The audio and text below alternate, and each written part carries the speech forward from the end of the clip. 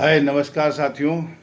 आज मैं आप लोगों के समक्ष जो वीडियो बनाने जा रहा हूँ उसको एक एक सब थोड़ा ध्यान से सुनिएगा कि हम आखिर कहने क्या जा रहे हैं।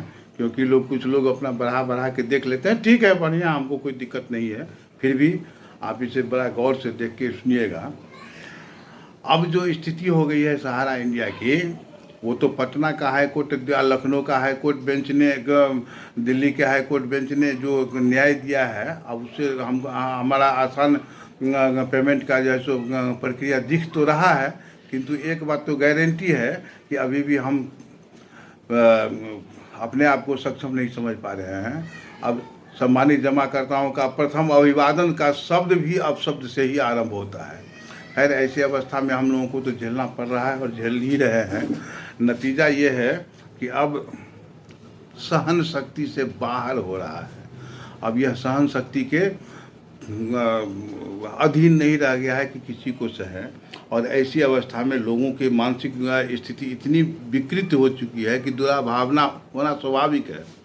अगर ऐसे में कोई आत्महत्या का मार्ग चुनते हैं तो कदाचित वह गलत तो नहीं करते हैं, किंतु लोग कहते हैं कि वो आत्महत्या करने वाला कायर है। ठीक है, मानता हूँ कि मैं आत्महत्या करना कायरों का काम है, लेकिन अब यह अपमान सहना भी तो एक कायरों का ही काम है। अब यह न्यायालय के प्रक्रिया में जो भी विलंब हो रहा है, अब शायद सहारा इंडिया परिवार को न्याय से अधिक सहानुभूति और समझौते की आवश्यकता है। एक सहानुभूति की आवश्यकता है और उन्हें एक समझौते की आवश्यकता है। तो आज मैं इस वीडियो के माध्यम से भारत के उन महान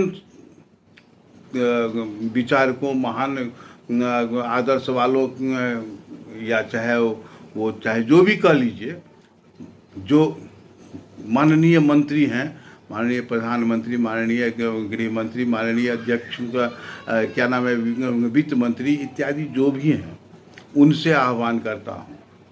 मैं बड़े बड़े उद्योगपतियों से आह्वान करता हूँ, मैं बड़े बड़े विद्वानों से आह्वान करता हूँ, मैं आईएएस अफसरों और बीपीएस अफसरों को, आईएएस आईपीएस वालों से आह्वान करता हूँ, मैं छोटे से छोटे राजनीतिज्ञों, बड़े से बड़े व्यापारियों, बड़े से बड़े उद्योगपतियों, छोटे से छोटे पद पर आसीन, बड़े से बड़े पद पर आसीन, मैं सभी लोगों का आह्वान करता हूँ।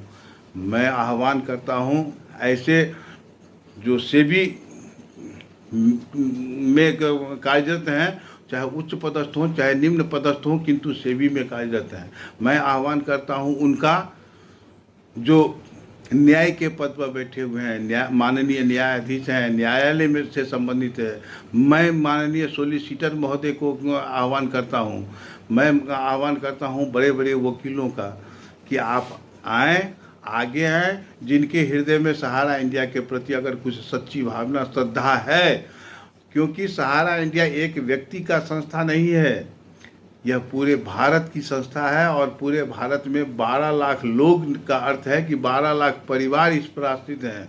अगर ये 12 लाख परिवार आपको निर्दोष दिखते हों तो कृपया आगे आए, आगे आकर हम लोगों को थोड़ा मार्गदर्शन दें। हम कानून से अब थोड़ा बहुत अधिक हम आगे तक नहीं जा पाते हैं, कानून के माध्यम से हम अपने आप को संतुष्ट नहीं कर पा रहे हैं। यह एक अलग बात है कि कानून अपने स्थान पर उचित मार्ग पर है, किंतु अब कानून से अधिक मुझे समझौते की कुछ आवश्यकता है। इसीलिए हम आप सबों से आग्रह, सबने नम्र निवेदन करना चाहते हैं कि किसी न किसी प्रकार से आप आगे आएँ। जब अपमान लोगों का आने लगता है तो फिर वहाँ सब कुछ छीन हो जाता है, हर कुछ छोटा लगने लगता है, और अब अपमान सहने की शक्ति अब इस हृदय के अंदर नहीं बच पाई है। इससे अच्छा कि अगर 2-4 थप्पड़ कोई लगा दे तो चलेगा, किंतु अब अपमान सहने की शक्ति नहीं रह गई है।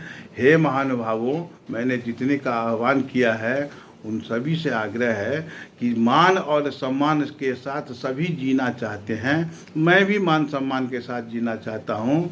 दुनिया में अगर कोई दोषी हैं तो उन्हें सज़ा मिलनी चाहिए, लेकिन मुझ निर्दोष जैसे एजेंटों का क्या दोष है? हमने किन्हीं का पैसा लिया कि कहीं पर जमा किया, फिर वो पैसा उनको समय से नहीं भुगतान हो रहा है, जमाकर्ता कुछ कह रहे हैं, हम कुछ कह रहे हैं, कंपनी कुछ कह रही है, सेबी कुछ कह रही है, न्यायालय का कोई और ही कथन है। तो अब कितनों ही शीघ्रता अगर हो, फिर भी अगर इसमें विलम्ब हो रहा है तो न्याय अगर विलम्ब से मिले तो यह अन्याय के समान माना जाता है। आप सबों से निवेदन है कि आप मेरे लिए, मेरे इस 12 लाख परिवार के लिए आप आगे आएँ, बिना किसी झिझक के आगे आएँ, बिना किसी कारण के आगे आए और इसे समझौता के रूप में इसका समझौता करवावें। क्योंकि अगर नियम के साथ हम लोग आगे बढ़ते रहे, कानून के साथ अगर हम लोग आगे बढ़ते रहें, लगता है कि हम लोग और विलम्ब हो जाएंगे। और विलम्ब अगर होता चला गया तो शायद इस 12 लाख परिवार में से 2, 4, 10 और कम हो जाएंगे।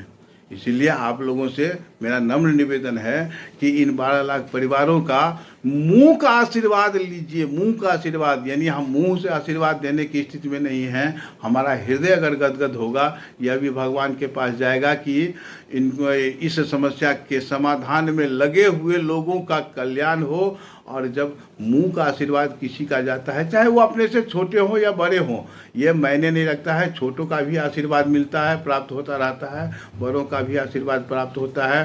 ऐसी स्थिति में अगर ये 32 करोड़ परिवार और 12 लाख वर्कर का परिवार और फिर कुछ ऐसे लोगों का धन्यवाद और आशीर्वाद, मुंह का आशीर्वाद यदि आपको प्राप्त होगा, भगवान कहीं न कहीं आप लोगों का भला निश्चित करेंगे।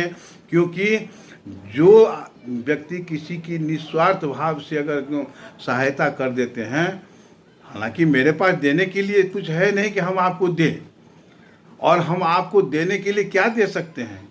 एक मुंह का आशीर्वाद के अतिरिक्त हम और कुछ नहीं दे सकते हैं। एक सच्ची समर्पण के अतिरिक्त कुछ नहीं दे सकते हैं। हम आपसे केवल आह्वान करते हैं कि आप लोग आगे आएँ।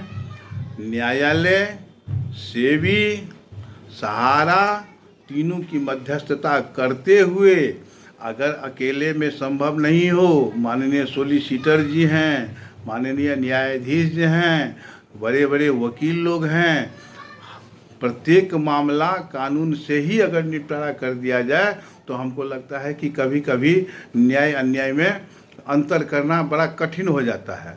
और ऐसी अवस्था में हम आप सबों से आह्वान करते हैं कि हे ईश्वर, आप लोग आगे आए और हम लोगों को थोड़ा सा अच्छे अवस्था में आने के लिए प्रोत्साहित करें, उत्साहित करें। हम आप के आभारी रहेंगे। हमारा हृदय से आभार प्रकट होगा, हमारा हृदय से आपको आशीर्वाद जाएगा। इसीलिए हम आप सबों से आग्रह करते हैं, निवेदन करते हैं कि हर हाल में आप लोग आगे आएँ और हमारे सहारा इंडिया को बचा लें, इतने परिवार को बचा लें। पेमेंट अतिशीघ्र आवश्यक है, क्योंकि अब हिंदुओं में लग्न आरंभ हो चुका है। हिंदुओं में एक मुंडन, उपनयन इत्यादि महायज्ञों का भी आयोजन होने लगा है। पर्व त्योहार आने ही वाला है। इसीलिए हम कहेंगे कि हे महानुभाव, आप भारत को दिशा देने वाले लोग हैं, आप विश्व को दिशा देने वाले लोग हैं। इसीलिए आप लोग कम से कम सहारा इंडिया परिवार पर भी कुछ अपनी दृष्टि दें और फिर इन लोगों को भी मतलब मध्यस्थता के लिए बुलाएं। एक दूसरे का सहयोग आपस में लेते हुए, एक दूसरे का सहयोग करते हुए आप सहारा इंडिया परिवार को बचा लीजिए।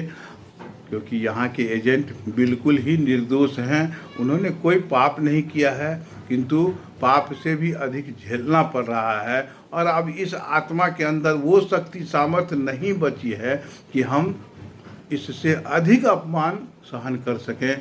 आप सबों से यह अनुरोध है, विशेष रूप से सेबी के माननीय अध्यक्षा महोदया सुप्रीम कोर्ट, माननीय सुप्रीम कोर्ट, माननीय हाई कोर्ट के न्यायाधीशों महोदयों से भी आग्रह है, फिर कुछ राजनेताओं से भी आग्रह है कि जिस प्रकार आपने इसमें अपनी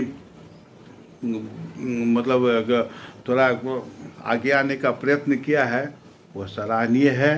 कुछ और को का भी सहयोग लिया जा सकता है तो हमें मार्गदर्शन करें और हमें इस अपमान से बचाएं।